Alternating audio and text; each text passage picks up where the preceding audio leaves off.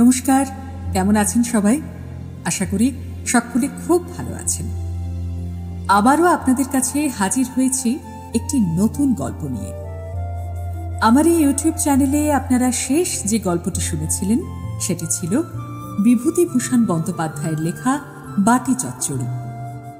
এবারের গল্প কিন্তু সেখান থেকে একেবারে অন্য স্বাদের। এবারের গল্পটির নাম জ্বরের ঘোরে শোনা। কাহিনী সমরেশ বসু। গল্প পাঠে রয়েছি আমি আপনাদের বন্ধু দেবাদ্রিতা রায়। তাহলে শুরু করা যাক।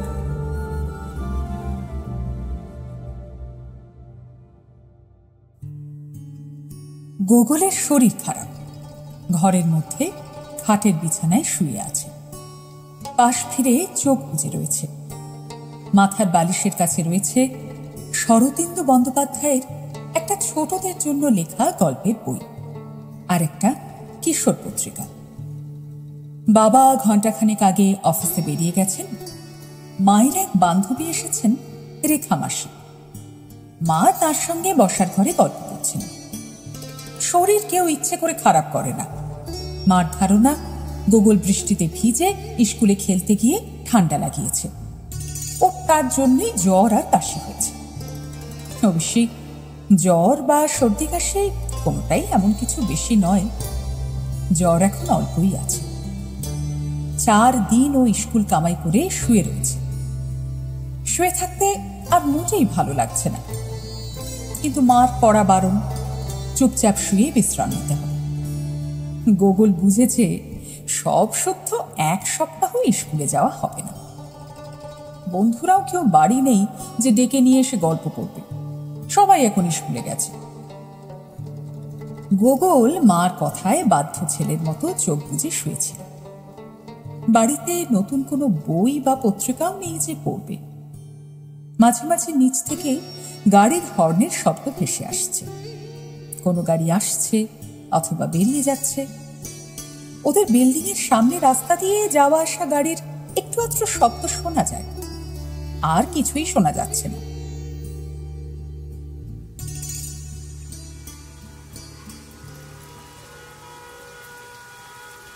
গোগলের এক সময় একটু যেন তন্দ্রা মতো এসেছিল। এই অবস্থায়ও শুনল কোথায় ঠুক ঠুক করে শব্দ হচ্ছে। শুনতে শুনতে ওর তন্দ্রা ভেঙে গেল, আর তখনই শব্দটাও থেমে গেল। কোথা থেকে শব্দটা আসছিল? ওদের নিজেদের ফ্ল্যাটেই কি শব্দ হচ্ছিল? বঙ্কিমদা কি কোনো ঘরের দেয়ালে পেরেক বা কিছু পুঁতছিল?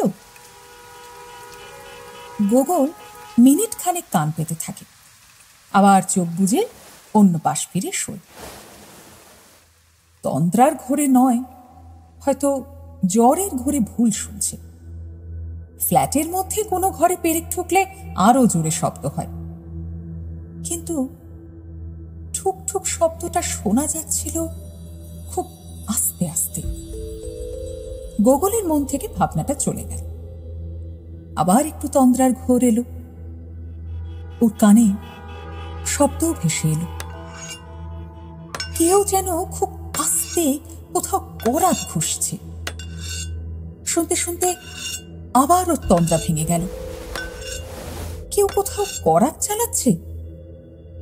শব্দটা যেন সেই রকমই শোনাচ্ছে। কাঠের ওপর করাত চালাচ্ছে নাকি লোহার উপর কিছু ঘষছে? ভাবতে ভাবতেই শব্দটাও থেমে গেল। কোথা থেকে শব্দটা ভেসে আসছিল? ওদের ফ্ল্যাটের মধ্যে নিশ্চয়ই নয়। ওপরের ফ্ল্যাটে শব্দ হচ্ছে কি? ওপরের ফ্ল্যাটটা ঠিক গোগলদের মতোই। ওদের শোবার, বসবার, খাবার, রান্নাঘর আর বাথরুমের ওপর ওপরের ফ্ল্যাটেরও একই রকম সব।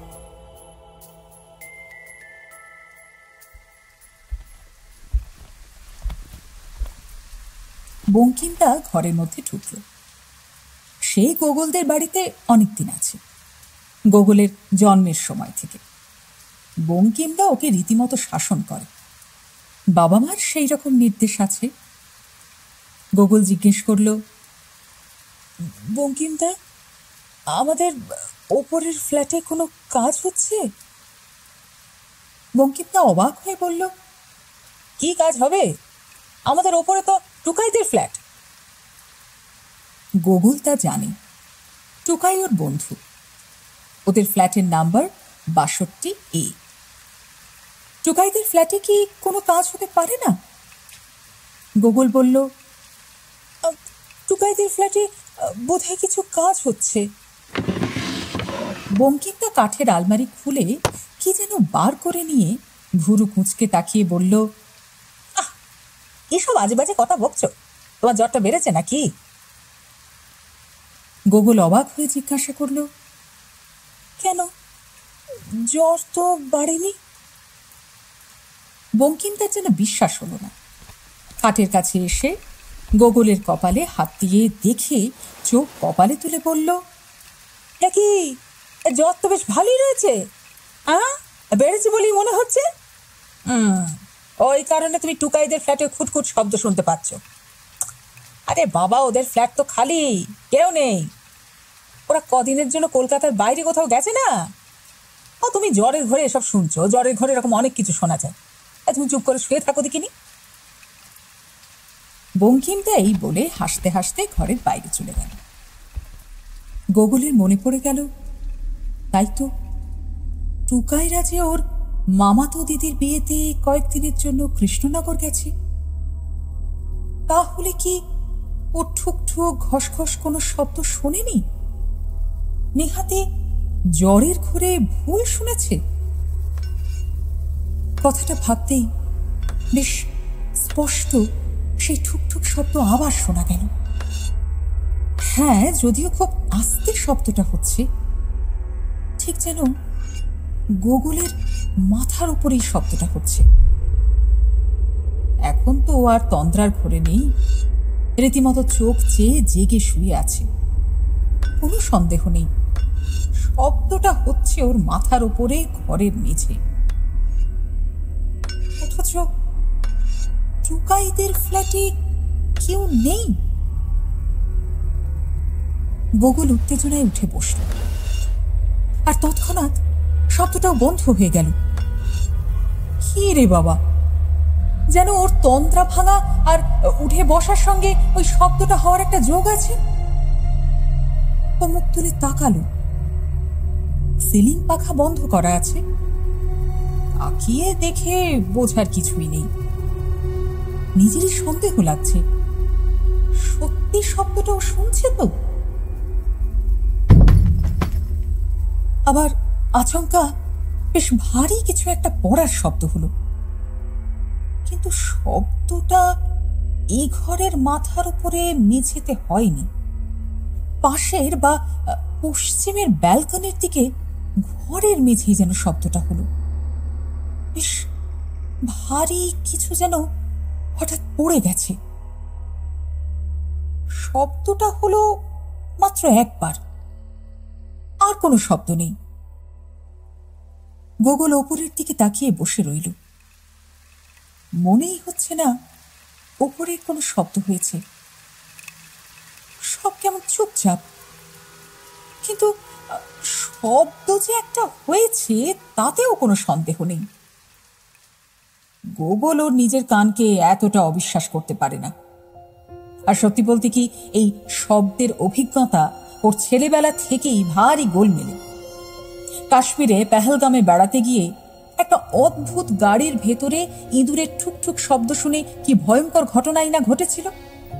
বিরাট এক ব্যাংক ডাকাতির ডাকাতরা আর সমস্ত টাকা সবাই ধরা পড়েছিল। এই তো এই বাড়িরই 6 তলায় ডাবুদাকে যখন চুরি করা হয়েছিল, গোকুল তখন সেই ফ্ল্যাটের ভেতরে একজনের গলার স্বর শুনতে পেয়েছিল। অথচ মহেশানীদের ফ্ল্যাট তখন খালি ছিল। ডাবুদাকে কিন্তু সেই ফ্ল্যাটেই পাওয়া গেছিল। এইসব ভাবতে ভাবতে গোকুলের হঠাৎ মনে হলো, টুকাইরা ফিরে আসেনি তো। বঙ্কিমদা হয়তো জানে না। কথাটা মনে হতেই ও খাট থেকে ধীরে ধীরে নামলো। মা টের পেলে খুব রেগে যাবেন, আর ও কি করতে যাচ্ছে সেই কথা তো মাকে বলাই যাবে না। ওকে বাবার ঘরের মাঝখানে যেতেও হবে না, বসার আর খাবার ঘরের পাশ দিয়ে বাবার ঘরে যাওয়া যায়। ও ঘরের দরজা থেকে মুখ বাড়িয়ে বসার ঘরের দিকে উঁকি দিল। মা আর রেখা মাসিকে খানিকটা দেখা যাচ্ছে, দুজনেই এত ব্যস্ত এদিকে তাকাবার সময় নেই। গোকুল ঘর থেকে বেরিয়ে বাঁ দিকে ঘুরে বাবার ঘরের দরজায় চলে গেল। বঙ্কিমটা দেখলে মা ঠিক জেনে যাবেন। ও সোজা গিয়ে বাবার ঘরের মধ্যে ঢুকে পড়ল। বাবার ঘরেই টেলিফোনটা থাকে। টুকাইদের টেলিফোন নাম্বারও গোকুলের মনে আছে। ওর ধারণা টুকাইরা কৃষ্ণনগর থেকে ফিরে এসেছে, না হলে ওই রকম শব্দ হতেই পারে না। ও টেলিফোনের কাছে গিয়ে রিসিভার তুলে ডায়াল করল। হ্যাঁ, টুকাইদের ফ্ল্যাটে টেলিফোন বাজছে। এখন টুকাই স্কুলে গেছে, ওর বাবা অফিসে গেছেন। ওর মা বা দিদি কেউ টেলিফোন ধরতে পারেন, কিন্তু কেউই তো টেলিফোন ধরছেন না, বেজেই যাচ্ছে। গোকুল রিসিভারটা চোখের সামনে তুলে দেখল, আবার কানে চাপল, বাজছে তো। সন্দেহ হলো ঠিক নাম্বার ডায়াল করেছিল তো। সন্দেহ হতেই রিসিভার নামিয়ে রেখে আবার তুলল। ডায়ালের শব্দ হচ্ছে। টুকাইদের নাম্বারটা মনে মনে আউড়ে প্রত্যেকটা নাম্বার ধরে ধরে ডায়াল করল। রিং হচ্ছে, কিন্তু সে একই ব্যাপার, বেজেই যাচ্ছে, কেউ লাইন ধরছে না। গোকুল বেশ খানিকক্ষণ শুনে হতাশ হয়ে রিসিভার নামিয়ে রাখল। হয় টুকাইদের টেলিফোন খারাপ হয়েছে, গোকুল শুনতে পাচ্ছে অথচ ওদের ফোনে বাজছে না, আর তা না হলে ওরা সত্যি সত্যি কৃষ্ণনগর থেকে ফেরেনি। কিন্তু তাহলে যে ভারী মুশকিল। গোকুল আবার পা টিপে টিপে নিজের ঘরে ফিরে এল। খালি পায়ে হাঁটাহাঁটি করতে দেখলে এই মা ভীষণ রেগে যাবেন। ও খাটের ওপর এই ভয়ে উঠে বসল আর ভাবল, তাহলে শব্দগুলো কোথা থেকে এলো? ও কি সত্যি ভুল শুনেছে? বসে না থেকে ও আবার শুয়ে পড়ল। না, এখন কোনো শব্দই শোনা যাচ্ছে না। ও শরদিন্দু বন্দ্যোপাধ্যায়ের বইটা টেনে নিল, যদিও সব গল্পই পড়া। মাঝখান থেকে একটা পাতা খুলল। শরদিন্দু বাবুর গল্প একবার দুবারের বেশিও পড়া যায়, কিন্তু এবার আর পাতা মেলেও গল্প পড়া হলো না। আবার শব্দ, আবার শব্দ, করাত ঘষার শব্দ। খুব আস্তে শব্দটা শোনা যাচ্ছে। করাত যে কাঠের উপর চলছে না সেটা বোঝা যায়।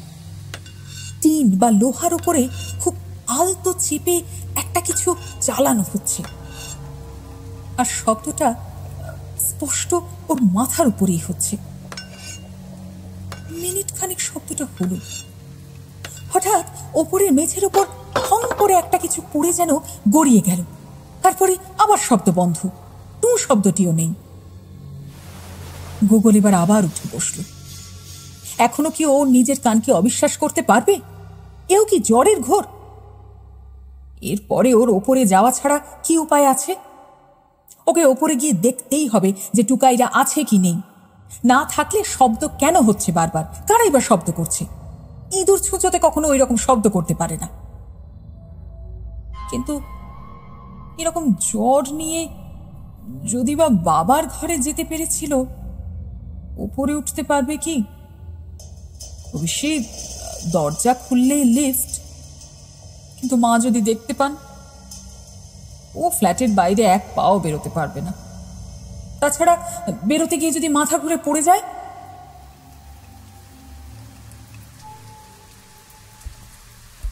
এরই মধ্যে মা এসে দরজায় দাঁড়িয়েছেন।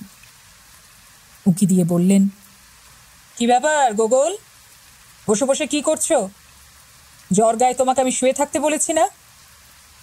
গোগল কিছু বলতে যাচ্ছিল, রেখামাসি ততক্ষণই ঘরে ঢুকে খাটের সামনে চলে এলেন। গোগলের কপালে আর গলায় হাত দিয়ে উৎকণ্ঠিত হয়ে বললেন, এ কি, এ জ্বর তো বেশ ভালোই রয়েছে। ও বাবা, চোখও তো লাল দেখাচ্ছে। শুয়ে পড়ো গোগল। মা বললেন, গোগল সত্যি বড় অবাধ্য হয়েছে। দেখ না, স্কুলে খেলতে গিয়ে বৃষ্টিতে ভিজে ঠান্ডা লাগিয়ে জ্বর বাঁধিয়েছে। শুয়ে থাকতে বলেছি, দেখ দেখ কেমন উঠে বসে আছে। গোগল বাধ্য হয়ে শুয়ে পড়ল। রেখামাসি বেরিয়ে গেলেন।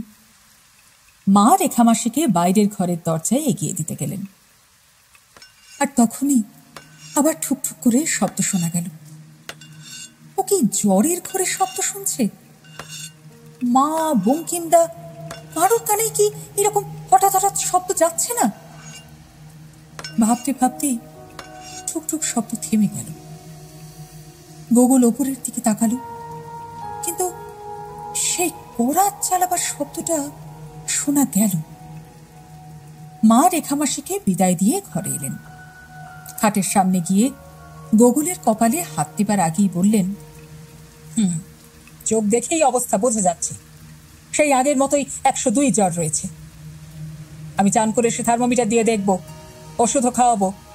একদম উঠবে না, শুয়ে থাকো। গোগল তখন অবাক। মা ঘরে ঢোকা মাত্র শব্দটা বন্ধ হয়ে গেছে।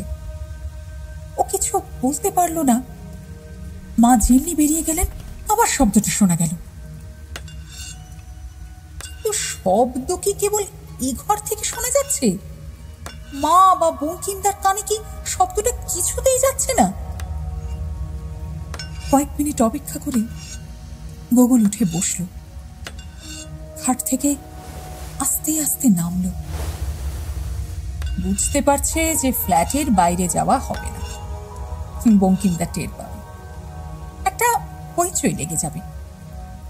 ও আবার বাবার ঘরে গিয়ে ঢুকল। টেলিফোনের রিসিভার তুলে একটা নাম্বার ডায়াল করল। সঙ্গে সঙ্গে ওপার থেকে একজন ভদ্রলোকের মোটা গম্ভীর স্বর ভেসে এলো। আমি বাতায়নী বিল্ডিং এর 52 নম্বর ফ্ল্যাট থেকে বলছি, গোগল বলল। ওপার থেকে ভদ্রলোক মোটা গম্ভীর স্বরে জিজ্ঞাসা করলেন, কি কথা বলছেন আপনি? কোনো মহিলা? না না, আমি গোগল বলছি। ভদ্রলোক বললেন, ও, তা তোমার গলার স্বরটা এরকম নাকি নাকি শোনাচ্ছে কেন? গোগল বলল, আসলে আমার জ্বর হয়েছে তো। ভদ্রলোক বললেন সঙ্গে সঙ্গে, আচ্ছা, তো কি দরকার বলো। গোগল ঘটনাটা বলল। ওপার থেকে মোটা গম্ভীর স্বর ভেসে এলো, তুমি জ্বরের ঘরে এসব শুনছো? ঠিক আছে, যাও এখন শুয়ে থাকো। কেমন? ওসব শব্দ নিয়ে তোমাকে জ্বর গায়ে এখন আর মাথা ঘামাতে হবে না। যাও, গিয়ে শুয়ে পড়ো। গোগল বুঝল এভাবে কিছুই হবে না। ও তাই রিসিভার নামিয়ে রেখে টলতে টলতে তাড়াতাড়ি নিজের ঘরে গিয়ে ঢুকল। গোগল ঘুমিয়ে পড়েছিল। ঘুমাবার আগে ও সেই শব্দ শুনেছিল।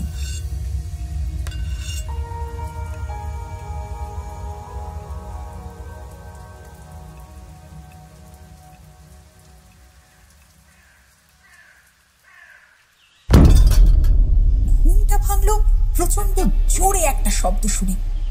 শব্দটা ওর মাথার ওপরই হয়েছে। তারপরেই ওদের কলিং বেল বেজে উঠল। আর ওপরেও তখন ধূপধাপ অনেক শব্দ শোনা যাচ্ছে।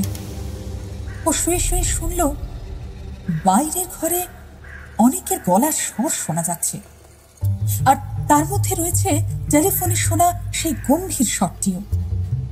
তিনি তখন জিজ্ঞাসা করছেন, ওই কোথায়, গোগল কোথায়? ওর কাছে আমাকে একবার নিয়ে চলুন। মার সঙ্গে ঘরে ঢুকলেন ইউনিফর্ম পরা একজন পুলিশ অফিসার। বেশ দশাশই তার চেহারা। গোগল যদিও তাকে চেনে, ওদের লোকাল থানার অফিসার ইনচার্জ। উনি তাড়াতাড়ি খাটের কাছে এসে গোগলের কপালে হাত দিলেন, বললেন, এ কি, ও যে ঘামছে। মিসেস চ্যাটার্জি, একবার দেখুন তো যে জ্বরটা ছাড়ছে কিনা। মা এসে দেখলেন, হ্যাঁ, গোগল সত্যিই ঘামছে। শেয়ারের কাছে রাখা তোয়ালে দিয়ে গোগলের জামার ভেতরে মুছিয়ে দিতে দিতে বললেন, এর মধ্যে তুমি আবার কি ঘটিয়েছ? ভদ্রলোক বললেন, হ্যাঁ, ঘটিয়েছে খুব মোক্ষম ঘটনাই। আপনারা শুনতে পাননি। আপনাদের মাথার ওপরের ফ্ল্যাটে চুপচাপ মস্ত একটা ডাকাতি হয়ে যাচ্ছিল। একটা ওই স্টিলের আলমারিকে পেট কাটার মতো মাঝখান থেকে কেটে একেবারে ফাঁক করে ফেলেছে। ভেতরে রয়েছে সোনার গয়না, নগদ টাকা প্রভৃতি, আরো আরো অনেক কিছু। গোগল জ্বরের ঘোরে যেটুকু শুনেছে সেটা বুদ্ধি করে আমাকে সঙ্গে সঙ্গে টেলিফোনে জানিয়ে দিয়েছে। এবার দেখুন, জ্বরের ঘোরে হলেও গোগলের কানে যখন ঢুকেছে তখন আমি তো ব্যাপারটাকে ছেড়ে দিতে পারি না, হালকা করে দেখতেও পারি না। খুব সময় মতো এসে পড়েছিলুম। যাই হোক, বাঁচা গেল, শেষ রক্ষাটা হলো। গোগলের বুকের মধ্যে তখন ধকধক করছে। জিজ্ঞাসা করল, মা, আমি একটু উঠে বসবো? মা বললেন, হ্যাঁ, বসো। মা নিজেই গোগলকে উঠে বসতে সাহায্য করলেন। ঘরের মধ্যে তখন অন্যান্য ফ্ল্যাটের অনেক মহিলা পুরুষ এসেছেন। ওসি তার টুপি খুলে বললেন, গোগল, জ্বরের ঘোরে তুমি আজকে মস্ত বড় একটা ডাকাতি ধরিয়ে দিয়েছ। হ্যাঁ, তুমি সন্দেহ না করলে কিচ্ছু ধরা পড়তো না। দাও, তোমার হাতটা একবার দাও দেখি। গোগল হাত বাড়াবার আগেই ওসি তার মস্ত বড় হাত বাড়িয়ে গোগলের হাত ধরলেন, বললেন, এবার তোমার জ্বর সেরে যাবে। পরে আবার আসবো। এখন বরং এই ডাকাত মহাশয়দের একটা হিল্লে করি, কেমন? গোগলের দিকে সবাই অবাক মুগ্ধ চোখে তাকিয়েছিলেন। গোগল মায়ের কাঁধের কাছে মুখটা গুঁজে দিলেন। মা ওর মাথায় হাত দিলেন। জানলা দিয়ে তখন বিকেলের রোদ ঘরের মেঝে এসে পড়েছে।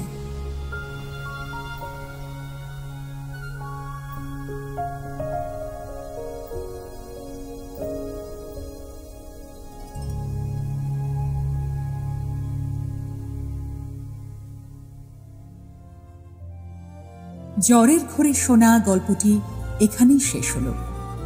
রচনা সমরেশ বসু। গল্প পাঠে ছিলাম দেবাদ্রিতা রায়। ধ্বনি সম্পাদনা ও আবহ কৌশলে ছিলেন ঋদ্ধিমান দত্ত।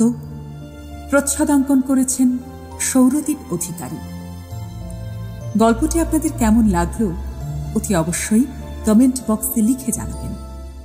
আমার এই ইউটিউব চ্যানেলে যারা নতুন শ্রোতা তারা চ্যানেলটিকে সাবস্ক্রাইব করবেন, শেয়ার করবেন এবং প্রতিবার যাবার সময় যে কথাটি বলি, আমাদের পরবর্তী গল্পের জন্য অপেক্ষা করবেন। আসি তাহলে।